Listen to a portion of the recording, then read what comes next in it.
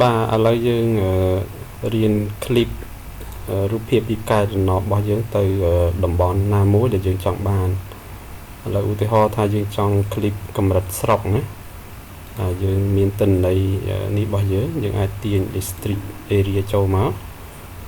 ហើយរូបភាពឧទាហរណ៍របស់យើងនៅម្ដុំភ្នំពេញអញ្ចឹងទិន្នន័យរបស់យើងដែលបានរៀនកន្លងមកយើងមានរូបភាព L8 នៅភ្នំពេញយើងអាចទាញ band ទាំងអស់នឹងចូលទៅបាទ 5 6 7 ចុចតឡើងអញ្ចឹងរូបភាពរបស់យើងគ្រូឲ្យទៅមានរាង4ជ្រុងបែបនេះឥឡូវខ្ញុំ hide all layer ទាំងអស់សិនហើយឥឡូវនៅភ្នំពេញឧបមាថាយើងចង់ធ្វើនៅខណ្ឌណាមួយណាស្រុកខណ្ឌអញ្ចឹងឧបមាថាខណ្ឌធំនេះចុះខណ្ឌព្រែកភ្នៅអញ្ចឹងយើងនាំចេញខណ្ឌព្រែកភ្នៅមួយចេញសិនមកយើងឈរលើទិន្នន័យ vector របស់យើងប្រើ tool select លើខណ្ឌហ្នឹងយើង export មកម៉ៅស្ដាំលើបន្ទាប់ទិន្នន័យរបស់យើង district ហ្នឹង export selected feature ណាចានេះយើងដូរបើសិនជានេះបដូរយើងចុចតម្លាក់វាយើងយកជា save file មក scroll ទៅលើណានេះ save file យើងទុកចេះចុះនេះយើងទៅរកកន្លែង save ទុក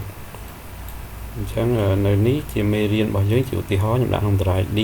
basic OS ឥឡូវខ្ញុំបង្កើត folder ថ្មីមួយណា new folder ខ្ញុំដាក់ខណ្ឌព្រែកភ្នៅអញ្ចឹងណាបាទខណ្ឌព្រែកភ្នៅ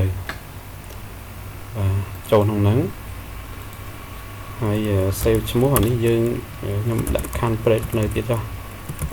save ជាប់អានេះជាឧទាហរណ៍ណាយើងនេះអាចផ្សេងទៀតខណ្ឌព្រែកភ្នៅ underscore area ណាបាទនេះជាទិន្នន័យ vector ខ្ញុំសរសេរជាអញ្ចេះមកហើយ save ហើយអូខេអញ្ចឹងយើងបានបន្ទាប់ទិន្នន័យខណ្ឌព្រែកភ្នៅចូលមកឥឡូវទូទាំងប្រទេសនេះខ្ញុំដកចេញខ្ញុំ remove វាចេញទៅឥឡូវរូបភាពទិន្នន័យកាយណោរបស់យើងនេះណាអានេះខ្ញុំទាញដាក់ទៅលើគេទៅព្រែកភ្នៅនៅកន្លែងនេះបាទហើយរូបភាពរបស់យើងរាងធំអញ្ចឹងយើង clip វាទៅតែខណ្ឌព្រែកភ្នៅបាទអញ្ចឹងយើងប្រើ tool SCP របស់យើង SCP band set បាទកន្លងមកណាយើងត្រូវចងចាំមុនយើងធ្វើមួយយើងបង្កើត band set